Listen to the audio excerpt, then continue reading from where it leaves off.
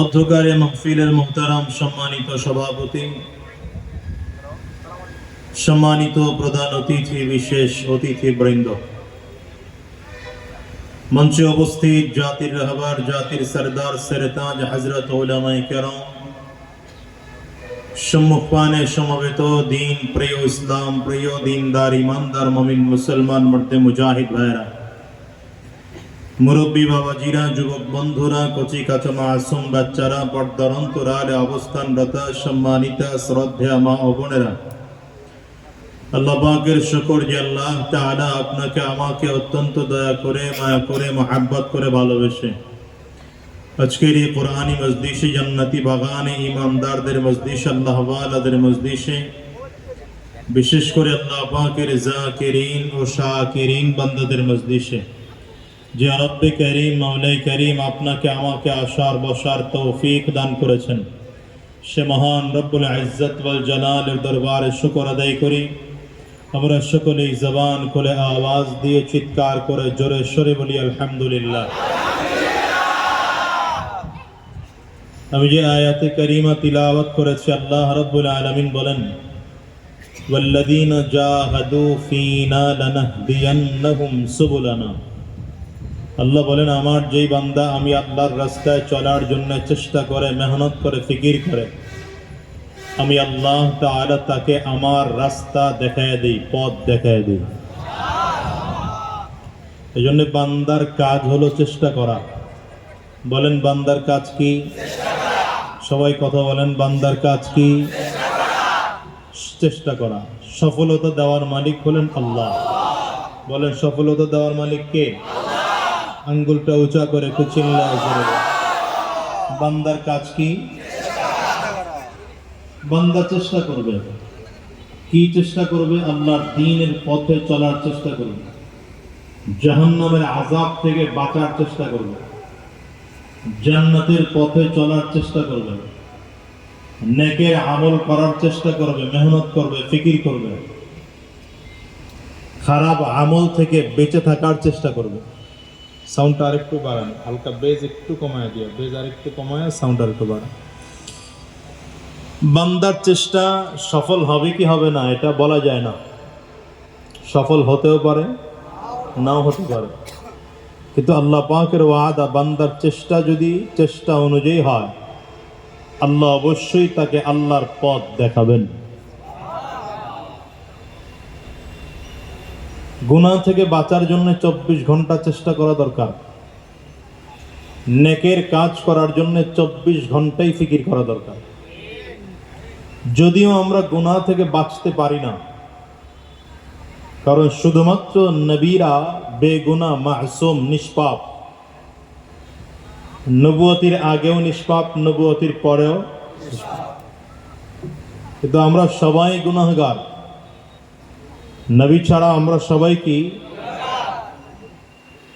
কারণ গুনাহ করার যত উপকরণ আছে সবগুলো আল্লাহ আমাদেরকে দিয়া বানাইছেন। দেখেন, ফেরেশতাদেরকে আল্লাহ তাআলা বানাইছেন,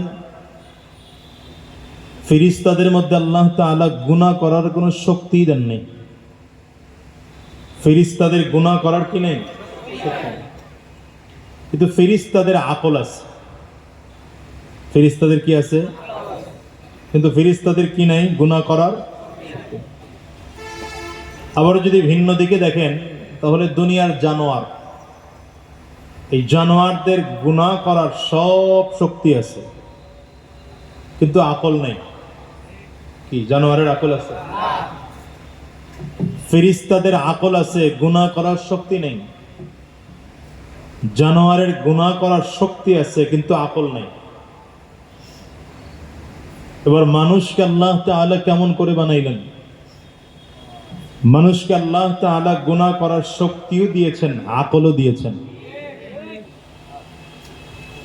গুনাহ করার জন্য যতগুলো উপকরণ লাগে একটাও ফেরেশতাদের নাই, কিন্তু ফেরেশতাদের আকল আছে। যেমন গুনাহ করতে হলে রাগ দরকার, ফেরেশতাদের রাগ নাই। হিংসা দরকার, ফেরেশতাদের হিংসা। লোভ দরকার, ফেরেশতাদের লোভ। যৌন চাহিদা দরকার, ফেরেশতাদের নেই।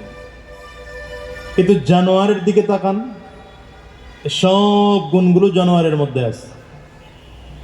জানোয়ারেরও রাগ আছে, হিংসা আছে, লোভ আছে, কি আসেনি? আবার মানুষের মধ্যে আল্লাহ তাআলা ওই ফিরিস্তাদের আকলও দিয়েছেন। জানোয়ারের খাসলত সব মানুষের মধ্যেও দিয়েছেন। যেমন রাগ কি মানুষের মধ্যে আছে না নাই? অথচ এটা কিসের খাসলত? জানোয়ার। মানুষের মধ্যে হিংসা আছে, আসেনি? অথচ এটা কার খাসলত? জানোয়ারের। মানুষের মধ্যে রাগ আছে, কার খাসলত? জানোয়ারের। মানুষের মধ্যে যৌন চাহিদা আছে, কার খাসলত? জানোয়ারের। কিন্তু জানোয়ারের মধ্যে আকল নাই, মানুষের মধ্যে আকল আছে। ফিরিস্তাদের কাছে একটা আছে আরেকটা নাই, জানোয়ারের কাছেও একটা আছে আরেকটা নাই। অথচ দুইটা একই সাথে মানুষকে দিছেন আল্লাহ। কেন দিছেন? কারণ কি? এই কারণটা বোঝা দরকার। এই কারণটা খুব বেশি বোঝা দরকার। আল্লাহ তাআলা এই জন্য মানুষকে আকলও দিয়েছেন, আবার গুনাহ করার সব উপকরণও দিয়েছেন। যদি কোনো মানুষ নিজের আকল দিয়ে নিজের রাগ, হিংসা, লোভ, যৌন চাহিদা নিয়ন্ত্রণ করতে পারে, এই মানুষটা আল্লাহর কাছে ফেরেশতার চেয়েও দামি। তো মানুষ যদি আকল থাকার পরেও তার রাগ, হিংসা, লোভ, গুনাহ থেকে নিজেকে বাঁচাইতে পারে নাই, নিয়ন্ত্রণ করতে পারে নাই, এই মানুষটার অবস্থা হলো চতুষ্পায় জানোয়ার। জানোয়ারের মতো, শুধু মতো না, আল্লাহ বলেন এদের চেয়েও খারাপ। ব্যাপারটা বুঝলেননি? আকল আল্লাহ কেন দিছেন? আকল খাটাইয়া আপনি চাইলে দুনিয়ার সব থেকে দামি মাখলুক হতে পারেন, আবার চাইলে সব থেকে নিকৃষ্ট প্রাণী হতে পারেন। যে মানুষটা নিজের আকলের মাধ্যমে রাগ নিয়ন্ত্রণ করতে পারছে, লোভ, হিংসা, যৌন চাহিদা নিয়ন্ত্রণ করতে পারছে, তথা গুনাহ নিয়ন্ত্রণ করতে পারছে, আল্লাহ বলেন সেই মানুষটার অবস্থা কি? ওয়ালাকাদ কাররামনা বনি আদম, ওয়ালাকাদ কাররামনা বনি আদম। আল্লাহ বলেন এই মানুষটার এই পরিমাণ দাম, দুনিয়ার যত দাম, দুনিয়ার মাখলুকদের মধ্যে সবচেয়ে দামি মাখলুক ফেরেশতা, এই মানুষটা ফেরেশতার চেয়ে দামি। এর চেয়ে দামি মাখলুক হইতেই পারে না। কিন্তু যে মানুষটার মধ্যে আকল থাকার পরে ওরা হিংসা, লোভ নিয়ন্ত্রণ করতে পারে নাই, সেই মানুষটার অবস্থা হলো উলাইকা কাল আনআম বাল হুম আযাল উলাইকা হুমুল গাফিলুন। যেই মানুষটার আকল আছে কিন্তু গুনাহ থেকে নিজের নিয়ন্ত্রণ করতে পারে নাই, বাঁচাইতে পারে নাই। আকল আছে কিন্তু রাগ নিয়ন্ত্রণ করতে পারে নাই, হিংসা নিয়ন্ত্রণ করতে পারে নাই, লোভ নিয়ন্ত্রণ করতে পারে নাই। আল্লাহ বলেন এই মানুষটা চতুষ্পায় জন্তুর মতো, ভেড়া, শিয়াল, শুয়োর, কুকুরের মতো। আল্লাহ বলেন শুধু এদের মতো নয়, এদের চেয়েও মানুষটা খারাপ। তাহলে দামি মানুষ হইতে হলে এই আকলটা, আল্লাহ তাআলার দেওয়া আকলটা খাটাইয়া গুনাহ থেকে বেঁচে থাকাটা জরুরি। বুঝেন না কথা? এই মনে রাখবেন, এই আকল আল্লাহ তাআলা দুনিয়া কামানোর জন্য দেন নাই। বুঝে না? বর্তমান যুগে দুইটা জিনিস আমরা দুনিয়া কামানোর জন্য লাগাইছি, এক হলো আকল আর এক হলো শিক্ষা। এখন মানুষ শিক্ষা অর্জন করে কেন? ডাক্তার হওয়ার জন্য, ইঞ্জিনিয়ার হওয়ার জন্য, অ্যাডভোকেট হওয়ার জন্য। অ্যাডভোকেট হয়ে কি করবে? কারি কারি টাকা ইনকাম করবে। ডাক্তার হয়ে কি করবে? টাকা ইনকাম করবে। কি কথা বলেন না? ব্যারিস্টার হয়ে কি করবে? সম্পদ ইনকাম করবে। ব্যাস, এই জন্য ডাক্তার হয়েছে, কিন্তু ডাক্তার অরিজিনাল সেবক হতে পারে নাই, ডাকাত হয়েছে। ইঞ্জিনিয়ার হয়েছে, ইঞ্জিনিয়ার নামে মানুষের পকেট কেটে কেটে টাকা নিয়ে কারি কারি টাকার মালিক হয়ে যাচ্ছে, আর তার দেওয়া প্ল্যানের বিল্ডিং ধসে পড়তেছে। অথচ এই দুইটা জিনিস দুনিয়া কামানোর জন্য না। আকল আর শিক্ষা, বুঝেন নাকি আপনারা? আকল আর শিক্ষা এই দুইটা দুনিয়া কামানোর জন্য না। কেন? দুনিয়ায় খেয়াল করলে দেখবেন হাজারো মানুষ এমন আছে যাদের আকল আপনার আমার থেকে অনেক কম, কিন্তু সম্পদ আপনার আমার চেয়ে বেশি। কি আসেনি? কথা বলেন না কেন? আছে। জ্ঞান কম কিন্তু সম্পদ বেশি, আবার জ্ঞান অনেক বেশি, সম্পদ কম, শিক্ষা কম। তো খেয়াল করলে দেখবেন সম্পদ অনেক বেশি। ঢাকায় অনেক পরিচিত লোক আছে, অন্তত কয়েক হাজার কোটি টাকার মালিক। কি পরিমাণ সম্পদের মালিক সে নিজে হয়তো জানে না। গত বছর 2-3 আগে মারা গেছে। আমি একবার তার অফিসে, কিছু লোক আসছে তার কাছ থেকে ফাইল স্বাক্ষর করায় নেওয়ার জন্য। এত পরিমাণ মূর্খ যে নিজের স্বাক্ষর দিয়া চেক পাস করাইতে পারতো না, ঠিক সই দিয়ে পাস করে। কি দিয়ে পাস করাইতো? এখানে প্যান্ট শার্ট পড়োয়া ছেলেরা আইসা, যুবক যুবক ছেলেরা আইসা স্যার স্যার স্যার স্যার বলতেছে। আমাকে হুজুর এই লোকগুলা চিনি না, এগুলো কেমনে চিনব? পরিস্থিতি দেখে মনে হয় আপনার কোম্পানির লোকজন। হ্যাঁ, সব আমার কর্মচারী। এরা আমার স্যার কয় কেন জানেন? বললাম না, জানি না তো। এরা কিন্তু আমার থেকে অনেক শিক্ষিত। এরা এক একজন এমএ পাস, বিএ পাস। দেখেন না, প্যান্ট শার্ট পরে আসছে, টাই পরে আসছে। আর আমি মূর্খ, নিজের তো নিজে বলতেছি। আমার এরা স্যার বলে। কেন? আমার যে টাকা আছে এই জন্য স্যার বলে। বিশাল বড় শিক্ষিত, তার সম্পদ নাই, কিন্তু যে মূর্খ তার সম্পদ আছে। তার মানে দুনিয়ার শিক্ষা আর দুনিয়ার জ্ঞান, এটা দুনিয়া কামাই করার জন্য না। তাহলে জ্ঞান কেন, শিক্ষা কেন? জ্ঞান আর শিক্ষা হলো আল্লাহকে পাওয়ার জন্য, আখিরাত পাওয়ার জন্য, জান্নাত পাওয়ার জন্য, জাহান্নাম থেকে বাঁচার জন্য জ্ঞান।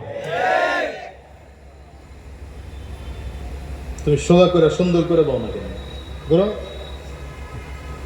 এই জন্য হুজুর করে মানুষ শিক্ষিত মনে করে না। আমাদেরকে সরকারের খাতে মূর্খ লেখা রাখছে। কথা বল না কেন? আমরা সমাজে শিক্ষিত না। তো ঠিক আছে, শিক্ষিত না হইলাম ভালো। তো আমি জিজ্ঞাসা করতে চাই, একজন ডাক্তার, দুনিয়ার কোন বিশাল ডাক্তার, কিন্তু আসমানের জ্ঞান নাই, তাওহীদের জ্ঞান নাই, রিসালাতের জ্ঞান নাই, কোরআনের জ্ঞান নাই, বলেন এই ডাক্তার সাহেবের ডাক্তারি মৃত্যুর পরে কি কামে লাগবে? একজন ইঞ্জিনিয়ার, সব থেকে বড় ইঞ্জিনিয়ার, টপ লেভেলের ইঞ্জিনিয়ার, কিন্তু তাওহীদের জ্ঞান নাই, আসমানের জ্ঞান নাই, কি কাজে লাগবে? অ্যাডভোকেট, ব্যারিস্টার, দুনিয়ার সব থেকে বড়, কিন্তু তাওহীদের জ্ঞান নাই, আসমানের জ্ঞান নাই, কি কাজে লাগবে? আল্লাহর কাছে দুনিয়ার কোনো জ্ঞান না থাকলেও কোন মানুষের কাছে যদি তাওহীদের জ্ঞান থাকে, রিসালাতের জ্ঞান থাকে, ওয়াহীর জ্ঞান থাকে, কোরআনের জ্ঞান থাকে, রবের কাছে এই মানুষটা পৃথিবীর সব থেকে শ্রেষ্ঠ শিক্ষিত মানুষ। কিন্তু আরেকজনের কাছে দুনিয়ার সব জ্ঞান আছে, কিন্তু তাওহীদের জ্ঞান নাই, রিসালাতের জ্ঞান নাই, কোরআনের জ্ঞান নাই। এই মানুষটা আল্লাহর কাছে পৃথিবীর সব থেকে মূর্খ। বুঝেন নাই কথা? উদাহরণ দিলে বুঝবেন। আচ্ছা বলেন তো, আমার আপনার নবী পৃথিবীর কোন মাদ্রাসায় পড়েছেন? কথা কয় না এরা। কোন মাদ্রাসায়? ভালো করে কথা কেন, গরমের কারণে অবস্থা খারাপ বুঝতেছি, কিন্তু কথা বলতে হবে আমার সাথে। আমার নবী কোন মাদ্রাসায় পড়েছেন? কোন মাদ্রাসায় না, স্কুলে, কলেজে, ইউনিভার্সিটিতে, বিশ্ব কি বলে কোন শিক্ষক আছে নবীজি? কেন নাই? অনেকগুলো কারণ হতে পারে, অনেকগুলো কারণ হতে পারে, তবে দুইটা কারণ আমি বলি। এক নম্বর কারণ, বিরক্ত হইতেছেন আপনারা? এক নম্বর কারণ, যদি নবী আলাইহিস সালাতু ওয়াস সালামকে দুনিয়ার কোন স্কুল, কলেজ, ইউনিভার্সিটি অথবা মাদ্রাসায় লেখাপড়া করার ব্যবস্থা আল্লাহ করতেন, তো নবীজি শিক্ষিত যদি হতেন দুনিয়ার লাইনের, মক্কার কাফির আর মুশরিকরা বলতো আরে মুহাম্মদ আগের থেকেই শিক্ষিত, এই কোরআন মুহাম্মদ নিজেই বানাইছে, ঠিক না? আল্লাহ বলেন না, আমার হাবিবকে তুহমত দেওয়ার সুযোগ কাউকে দেব না। দ্বিতীয় নম্বর কারণ, শিক্ষকের সম্মান বেশি হয় না ছাত্রের সম্মান বেশি হয়? তো আমার নবীর যদি কোনো শিক্ষক হতো, উস্তাদ হতো, তো কেমন যেন আমার নবীর থেকে উস্তাদের সম্মান বেশি হইতো। অথচ আমরা জানি গোটা পৃথিবীর মাখলুকের উপরে যার সম্মান, আল্লাহর পরেই যার সম্মান, সেটা আমার নবীর সম্মান। হ্যাঁ, নবীজি দুনিয়ার কোন স্কুলে, কলেজে, ইউনিভার্সিটি, বিশ্ববিদ্যালয় কোথাও পড়েন নাই, কোন স্কুলেও পড়েন নাই, মাদ্রাসায় পড়েন নাই, কোন শিক্ষকও নবীর নাই, কিন্তু নবীজি নিজেই বলেন আমাকে যতটুকু শিক্ষা দেওয়ার আমার আল্লাহ নিজে উস্তাদ হইয়া আমাকে শিখাইছে। আল্লামানি রাব্বি ফাআহসানা তালিমি, আল্লামানি রাব্বি ফাআহসানা তালিমি, আদাবানি রাব্বি ফাআহসানা তা'দীবি। নবী আমার বলেন দুনিয়ার কারো কাছে আমি নবী লেখাপড়া করি নাই, জ্ঞান শিখে নাই, ইলম চর্চা করি নাই, তবে যতটুকু জ্ঞান শিখেছি আমার আল্লাহ নিজে উস্তাদ হইয়া আমাকে শিখিয়েছেন। এই জন্যে আমি নবীর শিক্ষা জগতের মানুষের মধ্যে সব থেকে উত্তম শিক্ষা। এবার আপনি যদি আমার পৃথিবীর সকল শিক্ষিত মানুষদের তালিকাগুলো করতে বসেন, ও মুসলমান বলেন তো সবার উপরে কার নামটা রাখবেন? বুঝে না, প্রশ্ন বুঝে না। সব শিক্ষিত মানুষদের তালিকা করছেন, এখানে সবার উপরে কার নাম রাখবেন? অথচ নবী মাদ্রাসায় পড়েন নাই, স্কুলে পড়েন নাই, ইউনিভার্সিটিতে পড়েন নাই, কলেজেও পড়েন নাই, শিক্ষকই নেই দুনিয়ায় কেউ, অথচ শিক্ষিত মানুষদের তালিকা করলে সবার উপরে নবীর নাম। সুবহানাল্লাহ কইবেন না? আরে আপনি মুসলমান, আপনি নয়তো আমার নবীর নাম উপরে দিবেন। আচ্ছা এই তালিকায় যদি কোনো খ্রিস্টান করে, হ্যাঁ হ্যাঁ দিবে?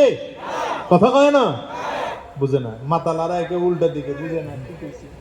খ্রিস্টানরাও কি আমার নবীর নাম উপরে রাখবে? বৌদ্ধরা, ইহুদিরা, হিন্দুরা, সব ধর্মের মানুষ আমার নবীকে পৃথিবীর সবথেকে শ্রেষ্ঠ শিক্ষিত ব্যক্তিত্ব বলে দাবি করে, স্বীকার করে। অক্সফোর্ড ইউনিভার্সিটি, অক্সফোর্ড ইউনিভার্সিটি খ্রিস্টানদের দ্বারা পরিচালিত। এই খ্রিস্টানদের দ্বারা পরিচালিত অক্সফোর্ড ইউনিভার্সিটিতে পৃথিবীর 100 মনীষীদের তালিকা করা হয়েছে। চমৎকার বিষয় হলো সেখানে সবার উপরে আমার নবীর নাম দেওয়া হয়েছে।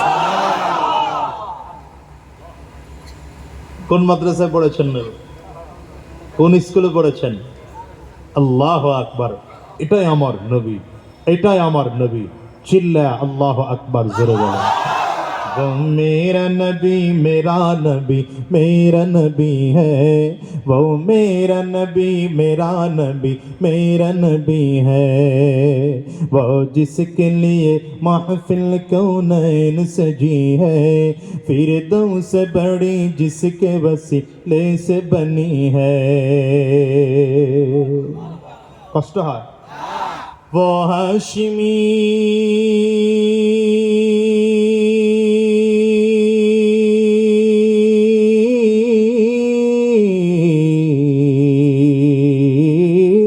वो हाशिमी मक्का मक्की मदनी युल अरबी है, वो मेरा नबी मेरा नबी मेरा नबी है, वो मेरा नबी मेरा नबी मेरा नबी है। अल्लाह का फरमान अलम नशरह लक सदर का, मंसूब है जी से वरफा नालक जिक्र का। अरे चिल्ले अल्लाह अकबर, जोरे बोलो ना, आरो जोरे अल्लाह अकबर बोलो ना। अरे कुरआनुल करीम আমার আল্লাহ তাআলা 25 জন নবীর নাম নিয়েছেন। হ্যাঁ, সবাইকে আল্লাহ তাআলা নাম ধরে ধরে ডেকেছেন কোরআনে। তো আমার নবীকে আল্লাহ তাআলা সম্মান করে কোরআনের কোথাও নবীকে নাম ধরে ডাকেন নাই। পয়গম্বর আদম আলাইহিস সালামকে নাম ধরে ডেকেছেন, ইয়া আদম উসকুন আনতা ওয়া যাওজুকাল জান্নাহ। ঈসা আলাইহিস সালামকে নাম ধরে ডেকেছেন, ইয়া ঈসা খুযিল কিতাবা বিকুওয়া। মুসা আলাইহিস সালামকে নাম ধরে ডেকেছেন, আইয়ুব আলাইহিস সালামকে নাম ধরে ডেকেছেন, দাউদ আলাইহিস সালামকে নাম ধরে ডেকেছেন, ইব্রাহিম আলাইহিস সালামকে নাম ধরে ডেকেছেন, ইসহাক আলাইহিস সালামকে নাম ধরে ডেকেছেন, ইউসুফ আলাইহিস সালামকে নাম ধরে ডেকেছেন। কিন্তু না, আমার নবীকে আল্লাহ তাআলা কোরআনের কোথাও ইয়া মুহাম্মদ বলে নাম ধরে ডাকেননি। ডেকেছেন তো আলাদা উপাধি দিয়ে, তাহা বলে ডেকেছেন, ইয়াসিন বলে ডেকেছেন, ইয়া আইয়ুহাল মুজাম্মিল বলে ডেকেছেন, ইয়া আইয়ুহাল মুদ্দাসসির বলে ডেকেছেন। আল্লাহু আকবার, চিল্লায় জোরে আওয়াজ করে আমার নবীর সাথে আল্লাহ তাআলা কথা বলবেন। তো চমৎকার করে আল্লাহ বলেন, আলাম নাশরাহ লাকা সাদরাক ওয়া ওয়াদানা আনকা বিজরাক আল্লাযী আনকাদা যাহরাক। আরে আমার নবীকে পুরনো স্মৃতি স্মরণ করিয়ে দেন। তো আল্লাহ তাআলা বলেন, আলাম ইয়াজিদকা ইয়াতীমান ফাআওয়া ওয়া ওয়াজাদাকা যাল্লান ফাহাদা ওয়া ওয়াজাদাকা আইলান ফাআগনা। নবীজিকে আল্লাহ সান্ত্বনা দেবেন। তো আল্লাহ তাআলা চমৎকার করে বলেন, আলাম ওয়া রাফা'না লাকা যিকরাক। আমার নবীকে আল্লাহ তাআলা পুরস্কার দেন। তো আল্লাহ তাআলা বলেন, ইন্না আ'তাইনাকাল কাউসার। আল্লাহু আকবার, চিল্লায় জোরে আওয়াজ। अल्लाह का फरमान अलम नशरह लक सदरका, मंसूब है जी से वरफा नालक जिक्रका। जिस जात का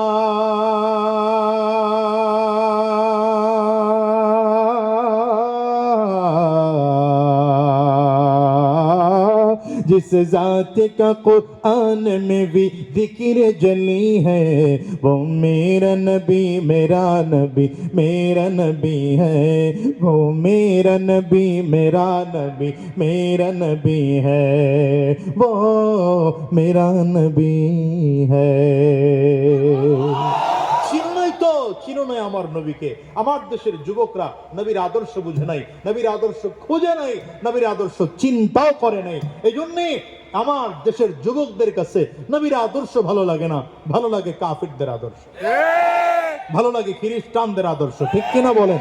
ওই কোথার কোন খেলোয়াড় ওই আর্জেন্টিনার জার্সি পরে আমার দেশের মুসলমানের সন্তান ঘুরে, ব্রাজিলের জার্সি পরে আমার দেশের মুসলমানের সন্তানরা ঘুরে। খেলোয়াড়রা যে স্টাইলে চুল কাটে, আমার মুসলমানের সন্তানেরা ওই স্টাইলে চুল কাটে। নায়ক আর নায়িকারা যে কায়দায় পোশাক পরে, আমার দেশের মুসলমানের সন্তানেরা ওই কায়দায় পোশাক পরতে আরম্ভ করেছে।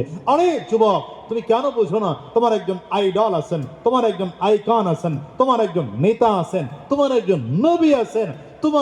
তোমার আদর্শ মাথার চুল থেকে আরম্ভ করে পায়ের নখ পর্যন্ত গোটা বিষয়ে আমার নবীকে দিয়ে আল্লাহ তাআলা বাস্তবায়ন করে দেখিয়েছেন।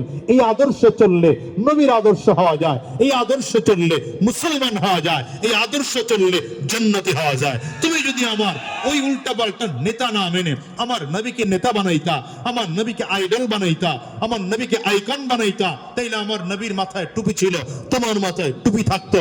আমার নবীর সুন্নতি দাড়ি ছিল, তোমার সুন্নতি দাড়ি থাকতো। আমার নবীর সুন্নতি পোশাক ছিল, তোমার সুন্নতি পোশাক থাকতো।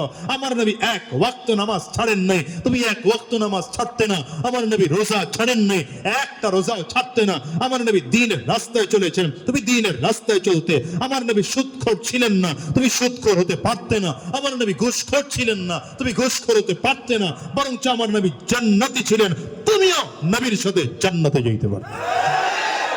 এজন্য সব বাদ দাও, সব বাদ দাও, দুনিয়ার নেতা ঠেতা বাদ দিয়া আমার নবীকে নেতা বানাও। আয় আসতে বলেন কেন, জোরে বলেন। নেতা বানালে আমার নবীকে বানাও। কাকে বানাবো? নেতাকে। নেতাকে তোমার নেতা আমার নেতা, তোমার নেতা আমার নেতা, আমরা সবাই রাসূল সেনা। আরে পারবেন নি আমার নবীর জন্য একটা স্লোগান দিতে? পারবেন? পারবেন?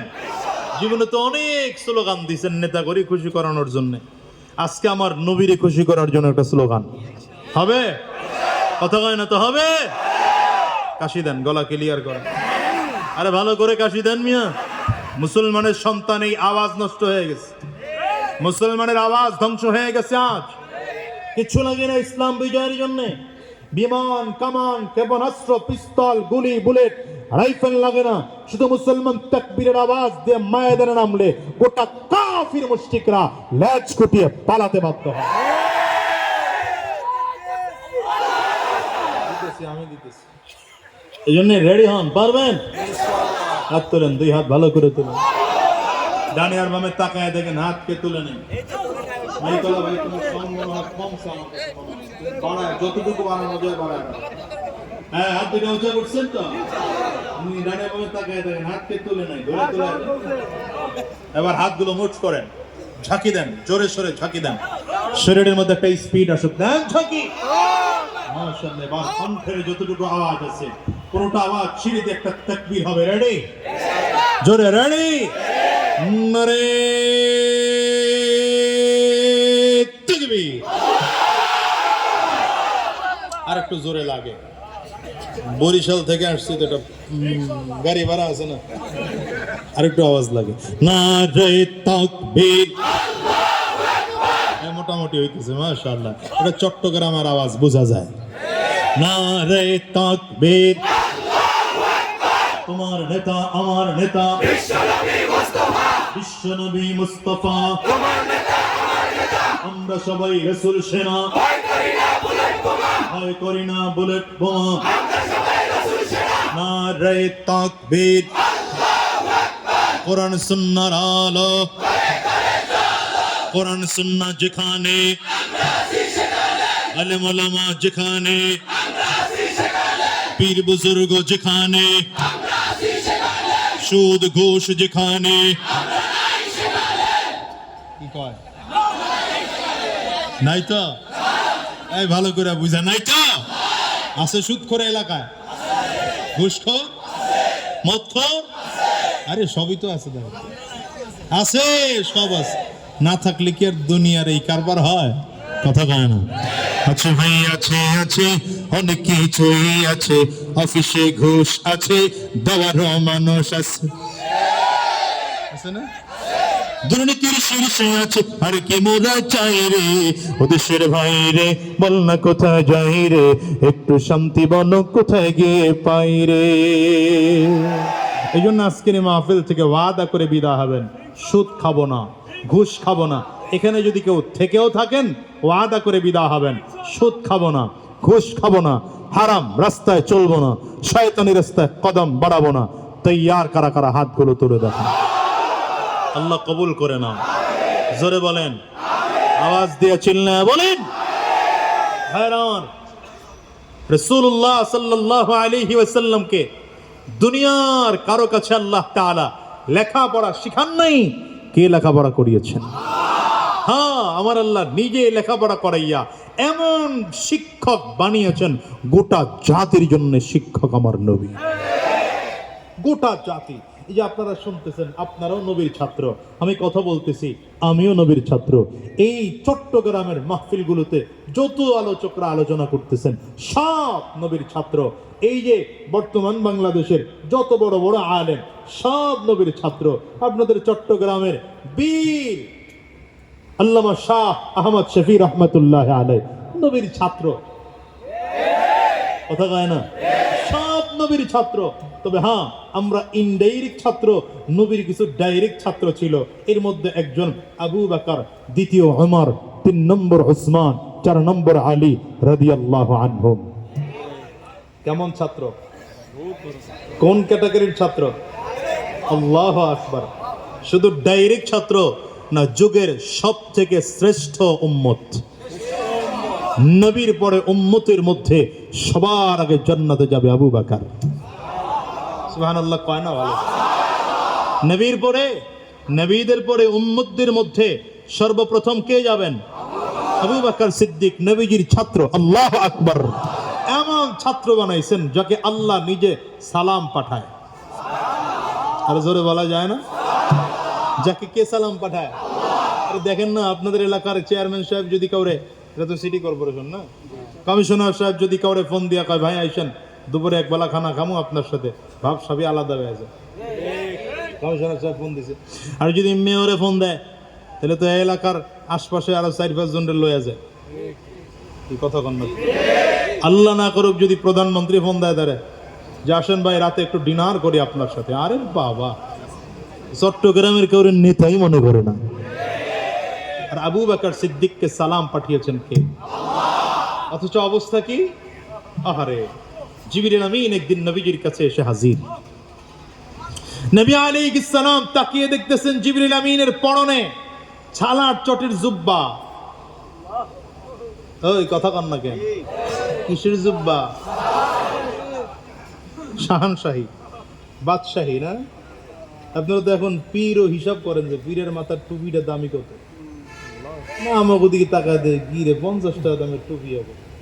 তোর মনে হয় পীরের দিকে তাকায় দেয় লুঙ্গি একটা পরে হাঁটে, এর মধ্যে কি আর আছে? অন্য পীরের দিকে তাকায় দেখে বাবা রে বাবা, আল খাল্লার দামই তো 15,000 টাকা।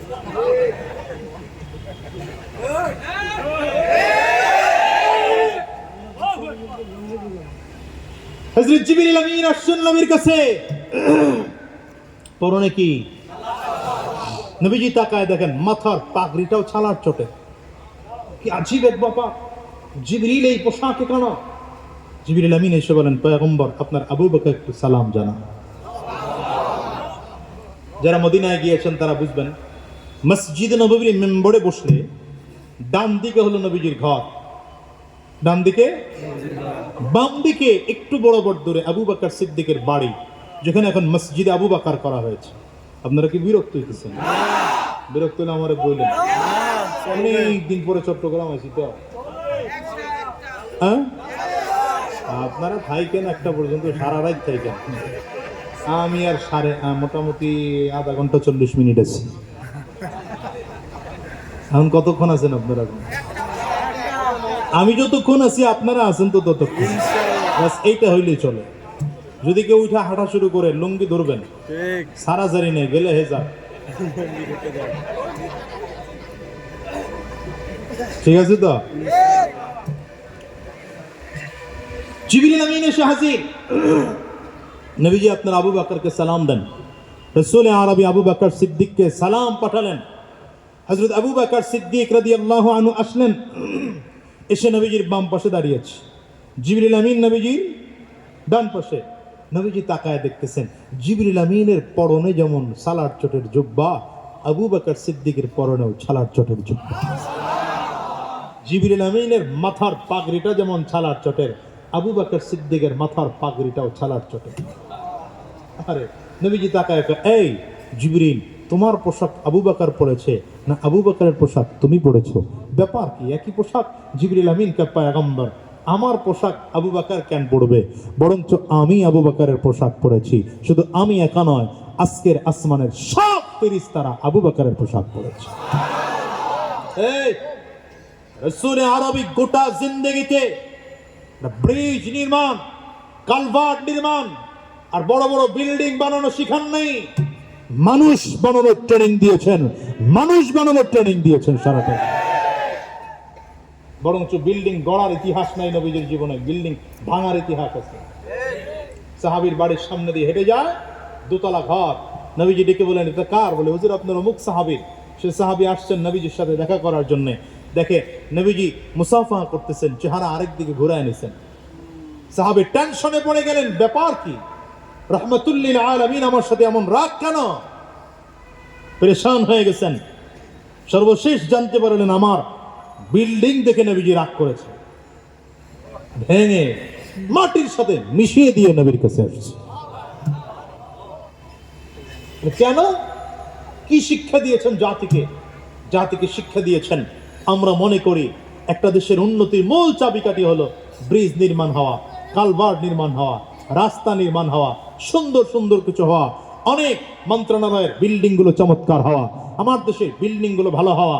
তো ইসলাম বলে না, একটা দেশের উন্নয়নের জন্য ব্রিজ, কালভার্ট, রাস্তা এটা নির্মাণ হওয়া যতটা জরুরি, তার থেকে 1000 গুণ বেশি জরুরি হলো সেই দেশের নাগরিকগুলো আল্লাহ ওয়ালা হওয়া, দিনদার হওয়া, কোরআন ওয়ালা হওয়া। কোন দেশের নাগরিক যদি দিনদার হয়ে যায়, সে দেশ উন্নতি হতে খোদার কসম 5 বছরের বেশি লাগে না।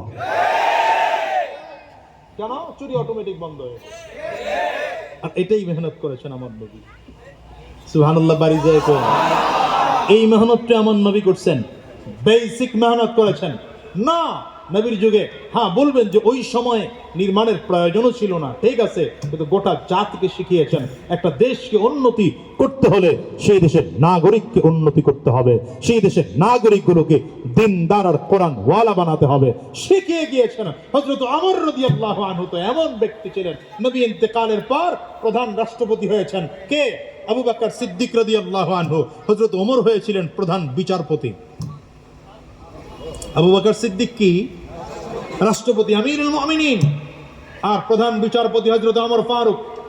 কিছুদিন পরে রিজন লেটার নিয়ে আসছে, অব্যাহতি পত্র নিয়ে আসছে। বুঝে না কথা? কি নিয়ে আসছে? অব্যাহতি পত্র এনে প্রধানমন্ত্রী কি বলে প্রেসিডেন্টের দরবারে হাজির করেছেন, আমি আমার প্রধান বিচারপতির চেয়ার থেকে অব্যাহতি নিতে চাই। বলে কেন? বলে 2 বছর হয়ে গেল, 2 বছরের মধ্যে একটা বিচার করতে পারলাম না, খালি খালি বিচারপতির চেয়ার বাহারা দিয়ে লাগছে, আসেই না বিচার। কি কথা কন না? আসেই না বিচার, তো হবে কোত্থেকে বিচার? আর আমাদের দেশের অবস্থা হলো, আমার ইউনিয়ন পরিষদ ছোট্ট একটা এলাকা, যেই পরিমাণ দরবার, প্রতিদিন 3টা করে করলেও শেষ হইতেছে না। শুধু শুধু কি বিচার? আমার মুরগি ভিডিও মারছে, আরেকজন ডিম পাড়ছিল মুরগিতে, খুঁজে পাই না, অবশ্যই আরেকজন নিচে। তাহলে আমার দেশের অবস্থা, দেশের নাগরিকগুলো যদি সুনাগরিক হয়ে যেত, দেশটা কত সুন্দর হয়ে যেত। রাগ করতেছেন আপনারা? আরে আবু বকর সিদ্দিক রাদিয়াল্লাহু আনহু সারা চাঁদ পড়ে দাঁড়ায় নবী আবু বকর সিদ্দিকের দিকে তাকায় কাঁদতেছেন। আরে এই আবু বকর তো সেই আবু বকর, যে আবু বকর মক্কার বাজারের সবচেয়ে দামি কাপড় দিয়ে জামা বানাইতেন। যে আবু বকর সিদ্দিক তো মক্কার বড় ব্যবসায়ীদের একজন ছিলেন, আজকে রাস্তার গরিব হয়ে গেছে আবু বকর। কেন? ব্যবসায় মার খাইছে না, ব্যবসা লস হয়েছে না। এর মূল কারণ আবু বকর সিদ্দিককে হুজুর আপনার জন্য খরচ করাই আমার কাছে প্রিয়। নবীজি বলেছেন হুব্বিবা ইলাইয়া মিন দুনিয়াকুম সালাস, সাহাবায়ে কেরাম দুনিয়ার মধ্যে আমি নবীর কাছে সবথেকে প্রিয় জিনিস হলো 3টা। কে কয়? কে কয়? নবী কয়। বুঝে না, আওয়াজ বুঝে না? কে বলেন? নবী বলেন দুনিয়ার মধ্যে আমার কাছে সবথেকে প্রিয় জিনিস 3টা। এর মধ্যে 1 নম্বর প্রিয় তিব, সুগন্ধি আমি নবীর কাছে সবথেকে প্রিয়। 2 নম্বর ওয়ান নিসা, মহিলা জাতি আমি নবীর কাছে বড় প্রিয়। মহিলা জাতি মানে মায়ের জাতি আমার নবীর কাছে প্রিয়, বোনের জাতি আমার নবীর কাছে প্রিয়, মেয়ে জাতি আমার নবীর কাছে প্রিয়, হালাল স্ত্রী আমার নবীর কাছে প্রিয়। রাহমাতুল লিল আলামিন বলেন 3 নম্বর জুইলাত কুররাতু আইনি ফিস সালাহ, নামাজের মধ্যে আমি আমার চোখের শীতলতা খুঁজে পাই। দুনিয়ার মধ্যে আমার কাছে প্রিয় জিনিসই হলো 3টা। রাহমাতুল লিল আলামিন বলতে দেরি হয়, আবু বকর সিদ্দিক দাঁড়িয়েছেন, পয়গম্বর আপনার কাছে যেমন করে 3টা জিনিস প্রিয়, আমি আবু বকরের কাছেও তেমন করে 3টা জিনিস প্রিয়। এর মধ্যে 1 নম্বর প্রিয় আন-নাজরু ইলা ওয়াজহি রাসূলিল্লাহ, নবীজি আপনার সুন্দর চেহারাটার দিকে তাকায় থাকা আমার কাছে বড় প্রিয়। 2 নম্বর ইনফাকু মালি আলা রাসূলিল্লাহ, আমার যত সম্পদ আছে আপনার জন্য খরচ করা আমার কাছে প্রিয়। 3 নম্বর পয়গম্বর, আমার একটা বাচ্চা মেয়ে আছে, নাম তার আয়েশা, মাত্র 6 বছর বয়স। আমার বারবার করে মনটায় চায় আমার আয়েশাকে আপনার কাছে বিয়ে দেব। রহমাতুল্লিল আলামিন চুপ করে বসে আছেন, হ্যাঁ বলেন না, নাও বলেন না। কি বলবেন আমার নবী? হ্যাঁ বললেও সমস্যা, কারণ ছোট একটা বাচ্চা মেয়েকে আমার নবীর বিয়ে করতে হয়। আবার ডাইরেক্ট না বললেও সমস্যা। তাইলে আবু বকর সিদ্দিক রাদিয়াল্লাহু আনহুর মতো প্রিয় মানুষটা কষ্ট পেয়ে যায়। রহমাতুল্লিল আলামিন চুপচাপ করে বসা, হঠাৎ করে তাকিয়ে দেখেন জিবরিল আমিন আলাইহিস সালাতু ওয়াস সালাম নবীজির কাছে এসে হাজির। রেশমি রুমাল একটা আমার নবীর কাছে হাজির করে দিয়া ডেকে বললেন, পয়গম্বর, রেশমি রুমালটার মধ্যে নাকি একটা মেয়ের ছবি আছে। আল্লাহ তাআলা বলেছেন যদি পছন্দ হয় বিয়ের প্রস্তাব আমার আল্লাহ নিজে দিয়া আমারে পাঠাইছে। আল্লাহু আকবার, চিল্লায়া জোরে বল। नबी का लब पर जो जिक्र है बे मिसाल आया, कमाल आया, जो हिजरे तैबा में याद बन कर ख्याल आया, कमाल आया। तेरी दुआओं ही की बदौलत अज़ाब रब से बचे हुए हैं। तेरी दुआओं ही की बदौलत अज़ाब रब से बचे हुए हैं। जो हक में उम्मत के तेरे लब पर सवाल आया, कमाल आया। नबी का लब पर जो जिक्र है बेमिसाल आया, कमाल आया।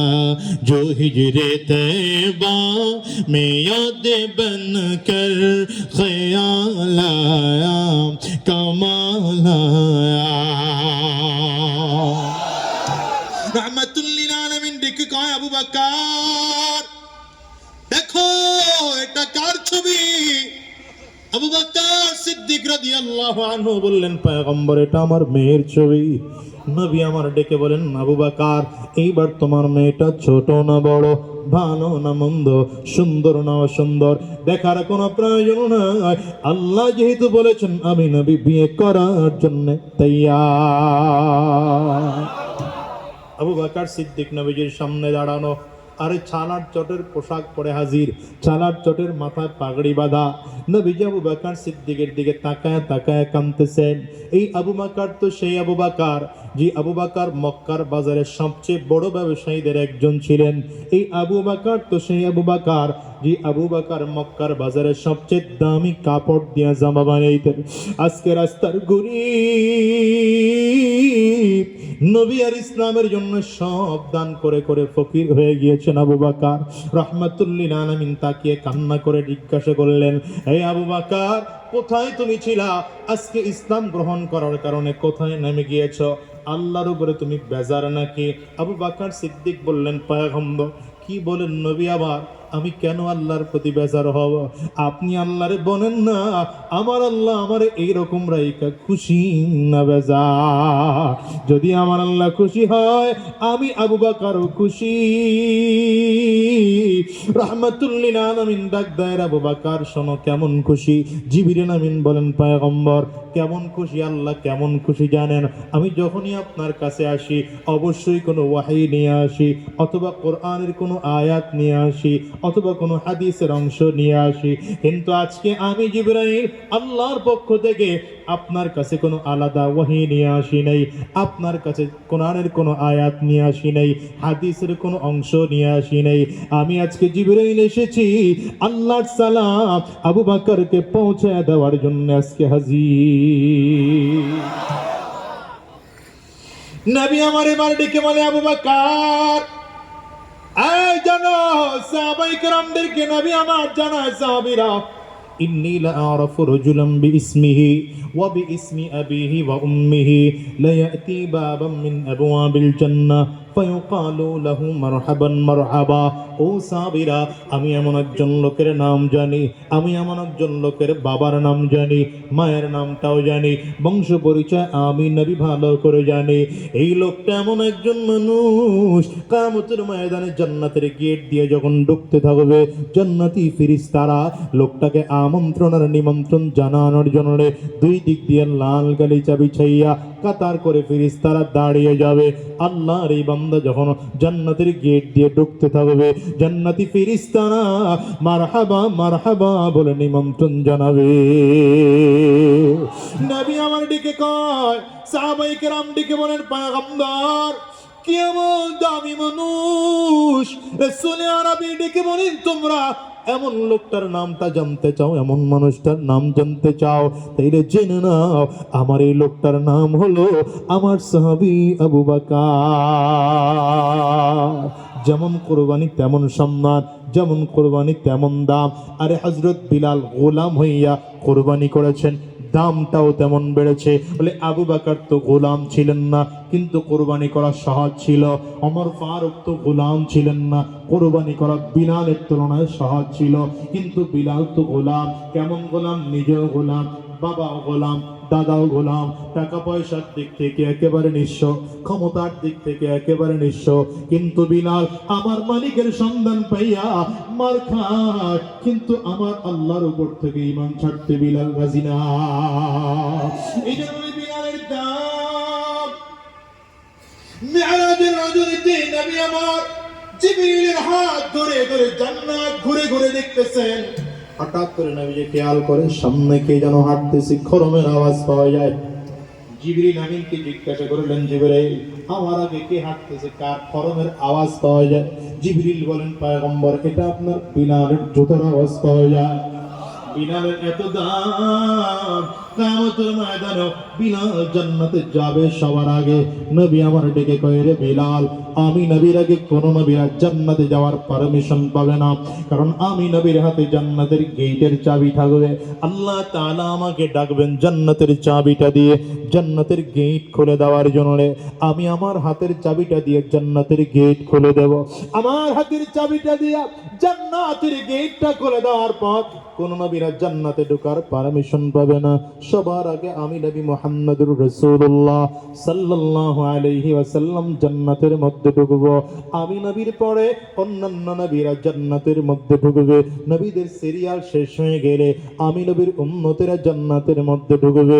নবী আমার কয়, আমার উম্মতেরা জান্নাতে যাওয়ার পর সব নবীর উম্মতেরা জান্নাতে যাবে, কিন্তু তুমি বিলাল, আমি নবী যে সাওয়ারিতে আরোহণ করে সর্বপ্রথম জান্নাতের মধ্যে ঢুকবো, সেই সাওয়ারির লাগাম ধরে ধরে ধরে ধরে তুমি বিলাল আমার আগে জান্নাতে যাইবা। বিলালের এত কেন দাম? জীবন দিতে রাজি বিলাল, ঈমান ছাড়তে রাজি না। উমাইয়া টের পেয়ে গিয়েছে বিলালের মালিক। বিলালের দিকে তাকা বলে, বিলাল মুহাম্মদের নবী মেনেছো, আল্লাহকে রব মেনেছো, তাড়াতাড়ি করে ঈমান ছেড়ে দাও, নয়তো তোমার কপালে ভোগ আছে। হযরত বিলাল বলে, আপনি আমারে কিনেছেন ঠিক আছে, কিন্তু আপনি আমার অরিজিনাল মালিক না। আমার অরিজিনাল মালিক আমার আল্লাহ। আওয়াজ দিয়ে চিল্লা বলেন না আমাদের মালিককে।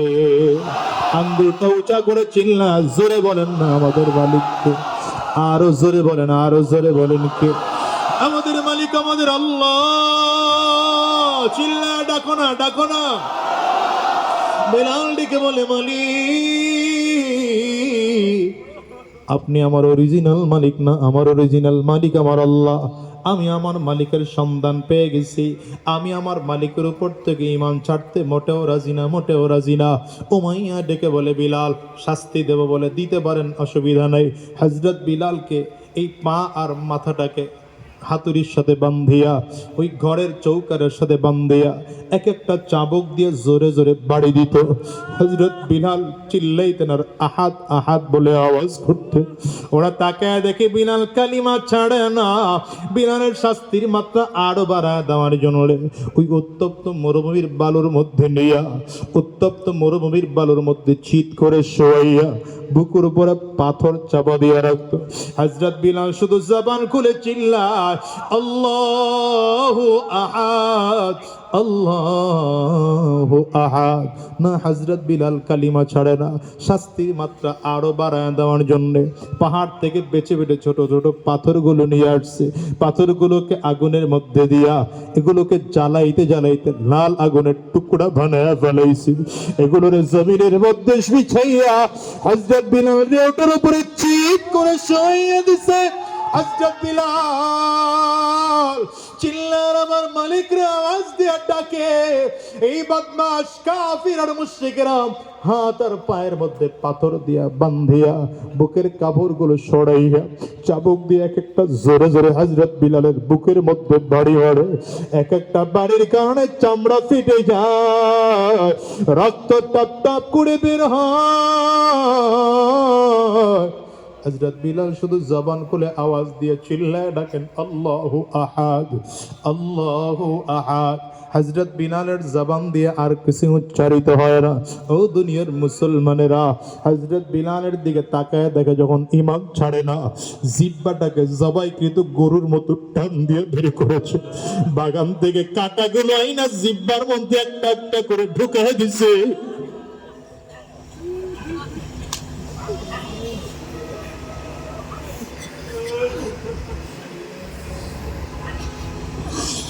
হযরত বিলাল শুধু চিল্লায় চিল্লায় কাঁদতেন আর বলতেন আল্লাহু আহাদ, আল্লাহু আহাদ। হ্যাঁ, দুনিয়ার মুসলমানেরা, ইসলামের জন্য ত্যাগ যার যত বেশি থাকবে মূল্য তার তত বেশি হবে। ইসলামের জন্য ত্যাগ যার যত বেশি, দাম রবের কাছে তার তত বেশি। হ্যাঁ জানো, রাহমাতুল্লিল আলামিনের সামনে ছোট একটা বাচ্চা গিয়ে দাঁড়াইতো। এই বাচ্চাটার বাবা জমিন থেকে আগেই বিদায় হয়ে গিয়েছে। রাহমাতুল্লিল আলামিনের মুহাব্বতের জালে পড়ে গিয়েছে। আমার নবীর চেহারার দিকে তাকায় থাকতো। কি সুন্দর চেহারা, কি সুন্দর নাম, কি সুন্দর আখলাক। এই ছোট বাচ্চাটা নবীজির দিকে তাকায় একদিন বলেন পয়গম্বর, আমার একটা সুন্দর নাম কি আপনার মতো রেখে দেওয়া যায় না? আমার আখলাকটাও কি আপনার মতো বানায় দেওয়া যায় না? নবী আমার ডেকে বলে, বাবা বয়স তোমার খুব কম, যাও, যেদিন তোমার বয়স বেড়ে যাবে আমি নবীর কাছে আসলে আমি তোমার কালিমা পড়ায় মুসলমান বানায় দেব। এই বাচ্চা ওই দিন থেকে আরম্ভ করে প্রতিটা দিন রাত্রিবেলা ঘুমাইতে যায়, সকালবেলা উঠে নবীজির দরবারে চলে যায়।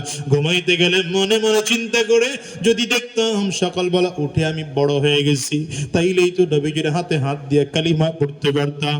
চিন্তা করে ঘুমায়, হঠাৎ করে সকালবেলা একদিন উঠে খবর পায় নবী আর মক্কায় না, হিজরত করে নবী মদিনায় চলে গিয়েছে। এই বাচ্চা বড় পেরেশান, নবী মদিনায়, আমি মদিনায় যাব, কিন্তু কেমন করে যাবে? বাবা মারা যাওয়ার পরে খবর সব কিছু চাচা এনে সংসারের দেখাশোনা চাচা করে, কাপড় লাগলে চাচা কিনে যায়, বাজার লাগলে চাচা কিনে দেয়। চাচার পারমিশন ছাড়া মদিনায় যাওয়া যাবে না। ধীরে ধীরে অপেক্ষা করতেছে। হায়রে অপেক্ষা করে করে আব্দুল উজ্জা বড় হয়ে গেল। চাচা বিয়ে পর্যন্ত করিয়ে দিয়েছে, কিন্তু এই আব্দুল উজ্জার মন ভরে না। দৌড়ে নবীজির মদিনায় যাইতে মনে চায়। সব ভয় ভেঙে একদিন চাচার সামনে দাঁড়ায় ডেকে বলে, চাচা গো, পারমিশন দাও, মদিনায় যাব। তুমি আপনাদের মদিনায় যাইতে মন চায় না? কত জায়গায় তো গেলাম, America, German, Chinese, Japan, Indonesia, France, Malaysia. এই যুবকরা বলো না, আমার নবীর রওজায় যাইতে মনে চাই কি চায় না? চিল্লায় কার কার মনটা চায় হাত তুলে একটু দেখাও। হাতটা তুলে আওয়াজ দিয়ে চিল্লায় জোরে ডাক দাও না আল্লাহ। আরো জোরে ডেকে বলো আল্লাহ, জোরে ডাক দাও, আওয়াজ দিয়ে ডাকো আল্লাহ।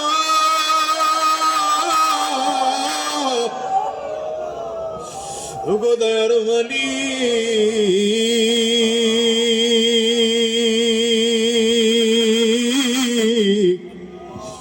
তুমি তোমার গোলামদের দিকে তাকায় দেখো, দুইটা হাত তুলে তোমার গোলামের চোখের পানি ফেলে কাঁদে। মরে বড় আশা নবীর রওজায় যাব,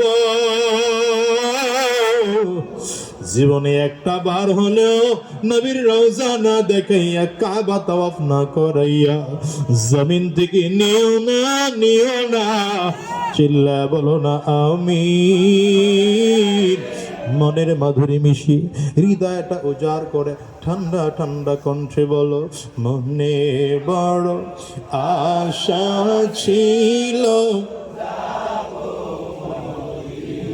হ্যাঁ মুসলমান, দিল খুলে বলো না, মালিক চাইলে কবুল করতে কতক্ষণ লাগে বলো না।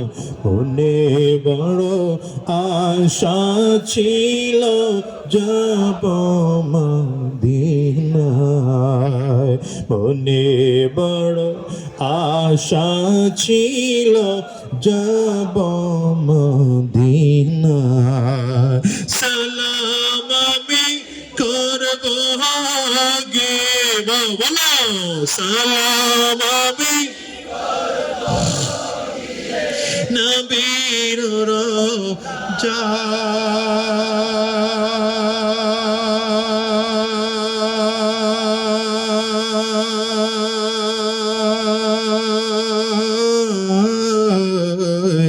মনে বড় আশা ছিল যাব মদিনায়, বলো না।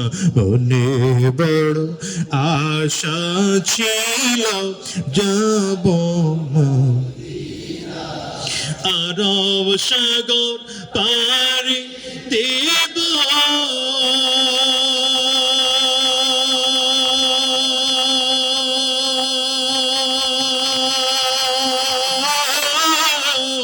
নাই কয়ামা তোরি,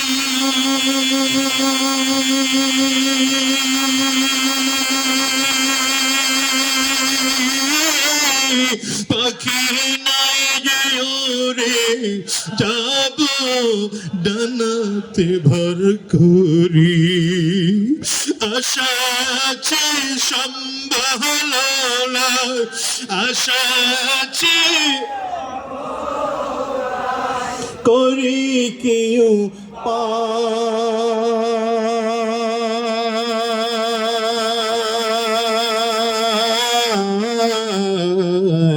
মনে বড় আশা ছিল। আল্লাহ জীবনে একটা বার হলো তোমার নবীর রওজার পাশে দাঁড়াইবার তৌফিক দিও, কাবা তাওয়াফ করার তৌফিক দিও।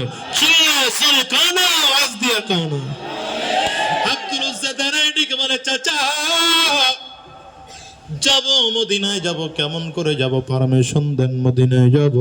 আব্দুল উজ্জার চাচাই ডেকে বলে, ভাতিজা মদিনায় কেন যাবি, দুনিয়া এত কিছু তোর মক্কায় আছে, কেন মদিনায় যাবি? বলে, চাচা আমার নবীর পাগল আমি, আমার নবী আর মক্কায় থাকেন না, আমার মনটা আর মক্কায় টিকে না, নবী আমার মদিনায়, আমারও বারবার করে মদিনায় যাইতে মনে চায়। আব্দুল উজ্জার চাচাই ডেকে বলে, ভাতিজা যদি মদিনায় তোর যাইতে হয়, বাবার রেখে যাওয়া যত সম্পদ তোর আছে এগুলো আমার নামে লিখে দিয়ে যাওয়া লাগবে। আব্দুল উজ্জা ডেকে বলে, চাচা রেখে দাও, অসুবিধা নাই, অসুবিধা নাই, কারণ আমার দিলের মধ্যে আমার সম্পদের মায়া বেশি না, আমার আল্লাহর মায়া দিলে বেশি। ডেকে কয়, ভাতিজা রে শুধু তোর সম্পদ রেখে গেলেই হবে না, এই গত কয়েকদিন আগে তোরে পছন্দ করে বিয়ে করে দিয়েছি, এটাকেও তালাক দিয়ে তারপরে তোর যাওয়া লাগবে। আব্দুল উজ্জা ডেকে বলে, তাও তালাক দিয়ে দিলাম, কারণ আমার এই দিলের মধ্যে আমার স্ত্রীর জন্য মায়া বেশি না, আমার নবীর জন্য দিলে মায়া বেশি। এবার আব্দুল উজ্জার চাচাই ডেকে বলে, ভাতিজা রে শোন, এইবার শোন রে ভাতিজা, তোর মাথার থেকে আরম্ভ করে পা পর্যন্ত সব কাপড় চোপড় গুলো আমার টাকায় কিনে দেওয়া, আমার টাকার কিনে দেওয়া কাপড় চোপড় পরে মদিনায় যাইতে পারবি না, এগুলো সব খুলে মদিনায় রেখে মক্কায় রেখে যাওয়া লাগবে। আব্দুল উজ্জার চোখের পানিগুলো টপ টপ করে গাল বেয়ে বেয়ে বেয়ে বেয়ে জমিনের মধ্যে পড়ে।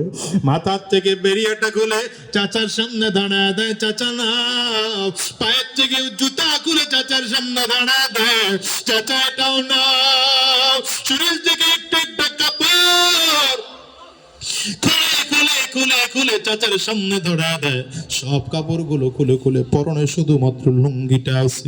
বিনয়ের সুরে চাচার দিকে তাকায় ডাক দেয়, চাচা এই কাপড়টা পরে আমার মদিনায় যাওয়ার পারমিশন দাও, যদি আমার কোনদিন সুযোগ হয় তোমার কাপড় তো মনে আবার ফেরত দিয়ে নিতে মদিনায় যাব।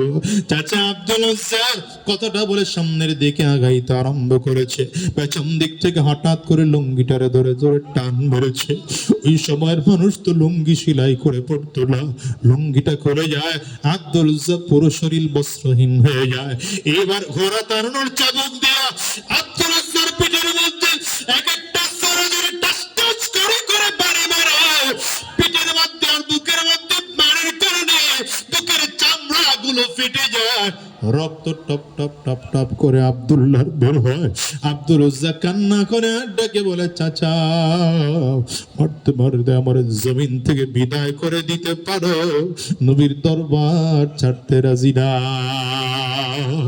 আব্দুল রাজ্জাক মারতে মারতে বেহুশ বানায় পালায় রাখছে উত্তপ্ত মরুভূমির বালুর মধ্যে। গুমহারে হুশ ফিরে আসছে বহুতক্ষণ পরে, তাকায় দেখে চাচাও নাই, ডানে বামে সামনে পেছনে কোনো মানুষ নাই। কার কাছে যাব? ওখানে দাঁড়ায় দাঁড়ায় চিন্তা করলেন, কারো কাছে আমি যাব না, কারণ এই দুনিয়ায় আমার আল্লাহর নবী আর মা বাবা ছাড়া আপন দুনিয়ায় কেউ না। আমি আব্দুল রাজ্জাকের বাবা নাই, তাইলে এখন আমি যদি আপন কাউরি পাই, সে আপন আমার আল্লাহ। চিল্লা বলো তোমার আমার এক নম্বর আপন কে? যুবক আওয়াজ দিয়ে চিল্লা কও, তোমার আমার এক নম্বর আপন কে? দ্বিতীয় নম্বরে আপন আমার নবী। এই দুনিয়ার মুসলমান দ্বিতীয় নম্বরের আপন আমার নবী। বুকে হাতটা লাগায় বলো না, দ্বিতীয় নম্বরের আপন কে? তিন নম্বরের আপন আমার মা, তিন নম্বরের আপন হলেন মা, চার নম্বর আপন বাবা। এই চারজন ছাড়া দুনিয়ায় কেউ তোমাকে স্বার্থ ছাড়া ভালোবাসে না, সব তোমার স্বার্থের জন্য মহাব্বত করে। দুনিয়ার ভাই ভাইকে মহাব্বত করে স্বার্থের জন্য, নেতা জনগণরে মহাব্বত করে স্বার্থের জন্য, জনগণ নেতারে মহাব্বত করে স্বার্থের জন্য, স্বামী তার স্ত্রীকে মহাব্বত করে স্বার্থের জন্য মহাব্বত করে। আব্দুল রাজ্জাক ওখানে দাঁড়ায় দাঁড়ায় চিন্তা করে, আমি কার কাছে যাব? আল্লাহ নবীর এখনো পাইলাম না, যাব তো দুনিয়ার মায়ের কাছে যাব। দৌড়ে মায়ের দরজার সামনে গিয়ে হাজির। মা তো এমন একজন মা, সন্তানের জন্য মায়ের চাপুর আল্লাহ নবী ছাড়া কেউ নাই। ওরে দুনিয়ার যুবক রে, আজকের চট্টগ্রামের যতজন যুবক আছে, যদি এই মজলিসে এমন কেউ থাকে যার ঘরে মা নাই, যার ঘরে বাবা নাই, আব্বা আম্মা জমিন থেকে বিদায় হয়ে গেছে, পরে এই কথাটার মূল্য তার কাছে আছে রে যুবক। এই মজলিসে যার মা আছে, যার বাবা আছে, তুমি বুঝবা না। আমি আজাদের ঘরে আমার মা নাই,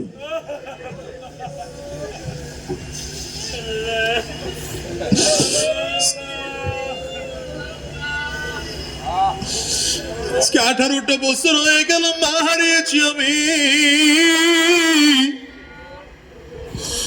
আপনার মালিক তো সম্পদও কম দেন নাই, ক্ষমতাও কম দেন নাই, সম্মানও কম দেন নাই, কিন্তু আমি নিজের টাকা দিয়ে আমার মাকে একটা আপেল কিনে খাওয়ানোর ক্ষমতা আমি আজাদি নাই।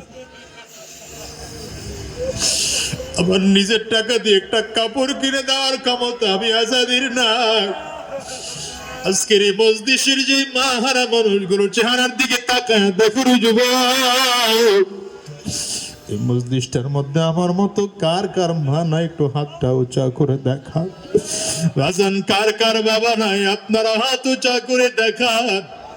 একটু হাতগুলো তুলে রাখেন, আমার যুবকের তাকায় তাকায় দেখুক পাহারা মানুষগুলোর চোখ দিয়ে কেমন করে পানি বের হয়। ওরে যুবক তাকায় দেখ, এই মানুষগুলো হাত তুলেছে, কারো চোখে পানি,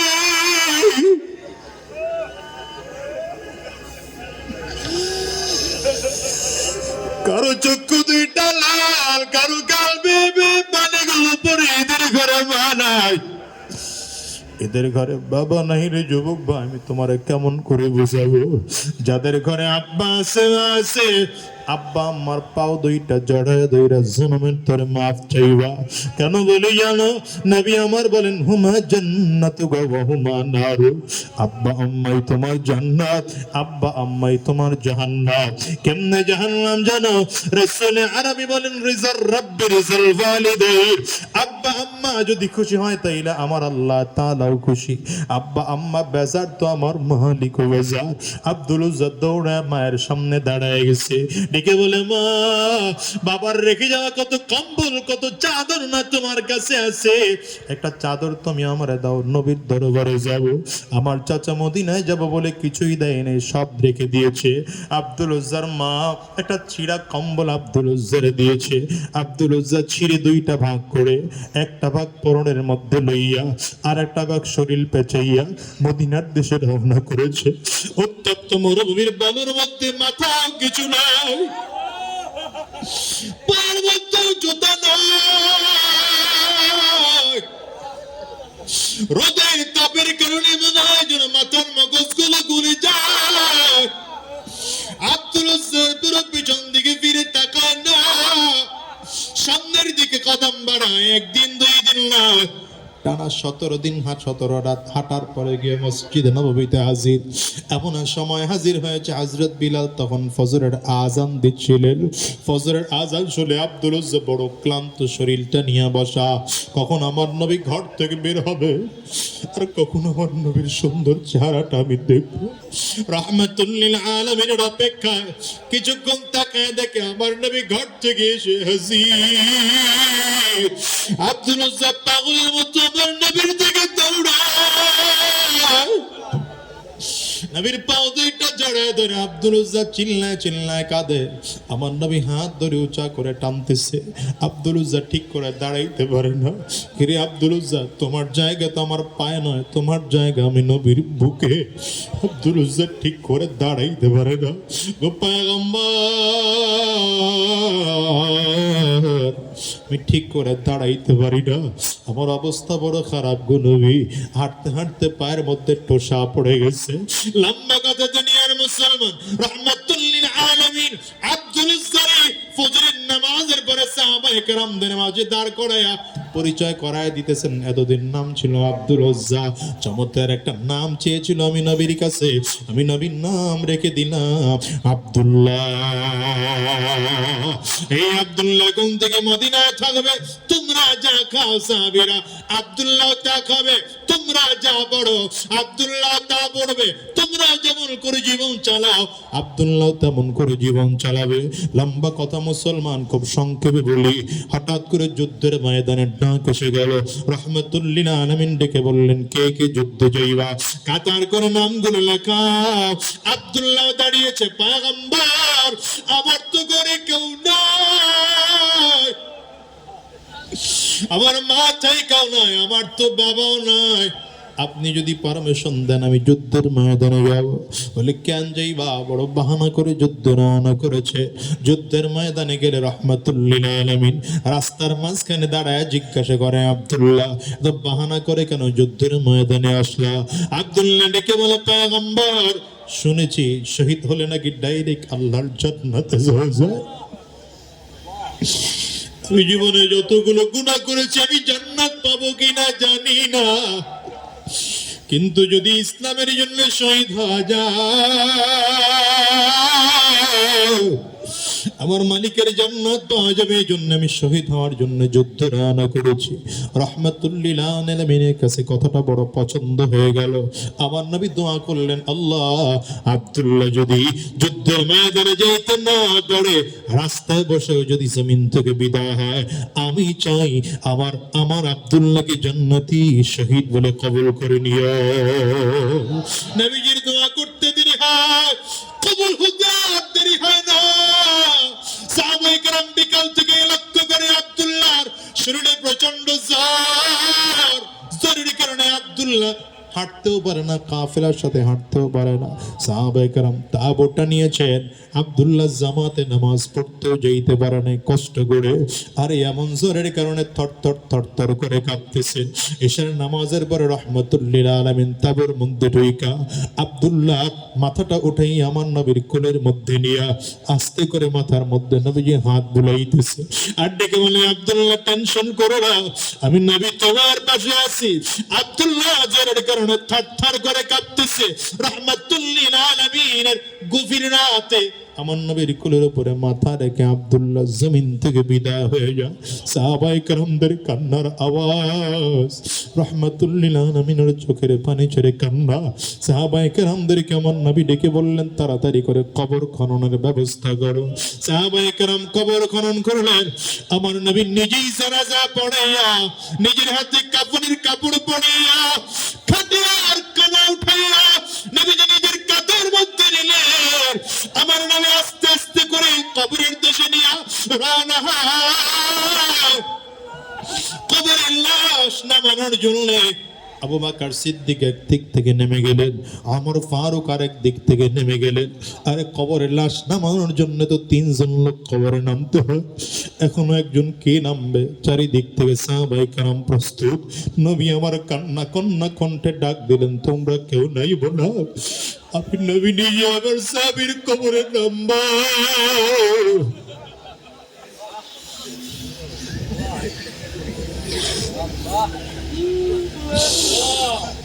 আমার নবী আব্দুল্লাহর কবরের মধ্যে নাইবা, হাত দুইটা এমন করে বাড়া দিয়ে ডাক দে, আমার আব্দুল্লাহর লাশ আমি নবীর হাতে কিট দিয়ে দে। সাহাবায়ে কেরাম আমার নবীর হাতের মধ্যে আব্দুল্লাহর লাশ দিলেন। আমার নবী নিজের হাতে কবরের মধ্যে রাইখা রহমাতুল্লিল আলামিন তাকায় দেখলেন আবু বকর উঠে যায়, হযরত ওমরও কবর থেকে উঠে যায়। আমার নবী মাথার বানটা খুইলা কবর থেকে উঠে না, কবরের মধ্যে একটা চুমা দিয়া আমার নবী ডেকে বলেন, আল্লাহ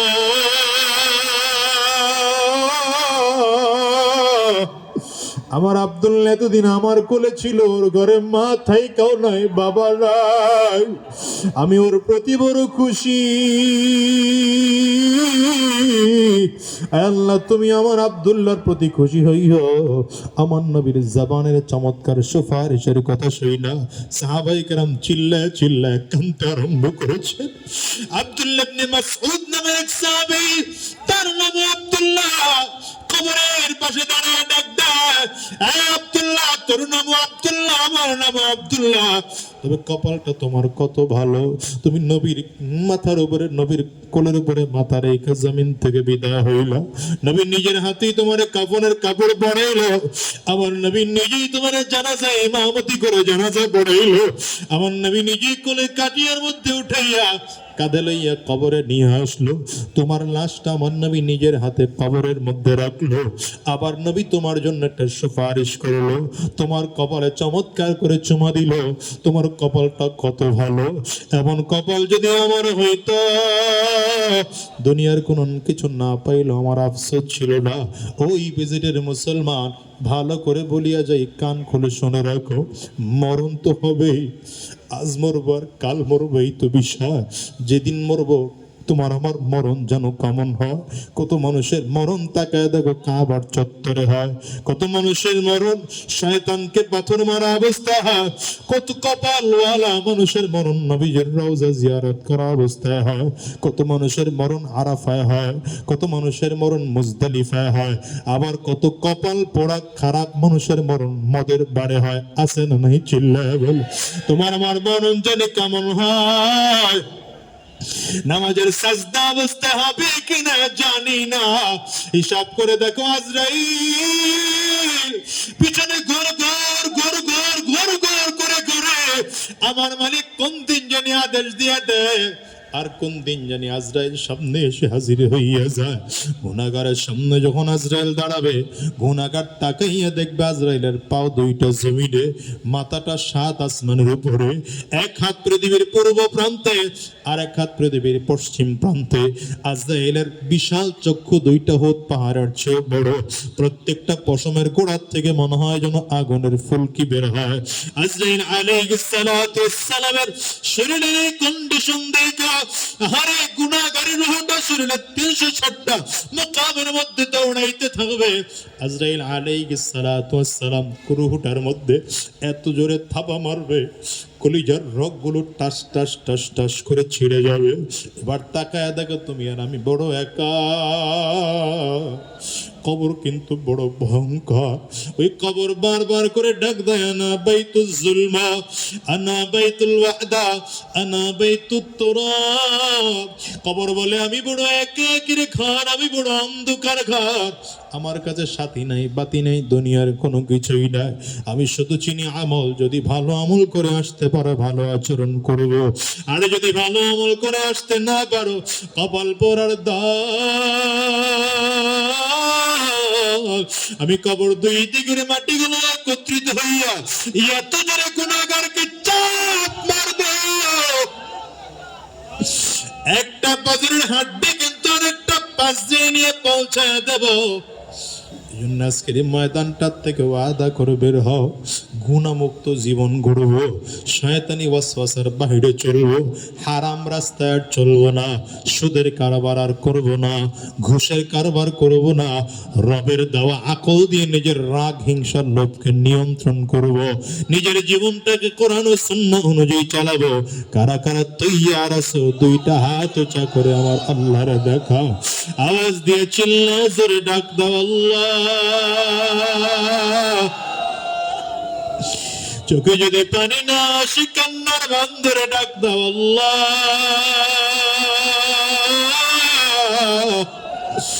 আরো জোরে ডাকো আল্লাহ, জোরে ডাক দাও, ডাক দাও, ডাক দাও না। কান্না না আসলে কান্নার বান্ধরে ডাকো। ডানে আর বামে তাকায় দেখো কার চোখে পানি। ওই মানুষটার দিকে তাকাইয়ে নিজের নিজে ধিক্কার মারো আর চোখের পানি ফেলা কাঁদো, আর আমার মালিকের জোরে ডাকো না আল্লাহ। দয়ার মালিক, তুমি তাকায় দেখো তোমার গোলামেরা তোমার দরবারে ভিক্ষুকের মতো দুইটা হাত বাড়াইছে। আয় আল্লাহ, আর শয়তানি রাস্তায় চলবো না, আর হারাম রাস্তায় চলবো না, আর গুনাহের রাস্তায় চলবো না আল্লাহ, আর সুদের কারবার করবো না আয় আল্লাহ, আর হারাম রাস্তায় চলবো না আয় আল্লাহ, আর জিনার রাস্তায় চলবো না আয় আল্লাহ, আর উল্টা পাল্টা রাস্তায় চলবো না, তোমার নবীর তরিকায় চলবো, দ্বীনের পথে চলবো। আল্লাহ তুমি কবুল করে নাও, কবুল করে নাও, কবুল করে নাও। জবান খুলে বলো আমিন, আওয়াজ দিয়ে চিল্লায় বলো আল্লাহুম্মা আমিন। হাতগুলো নামান আমার বাজান, রাত অনেক গভীর হয়ে গেছে, আপনাদেরও কষ্ট হচ্ছে। আমি যে কথা বুঝাতে চেয়েছিলাম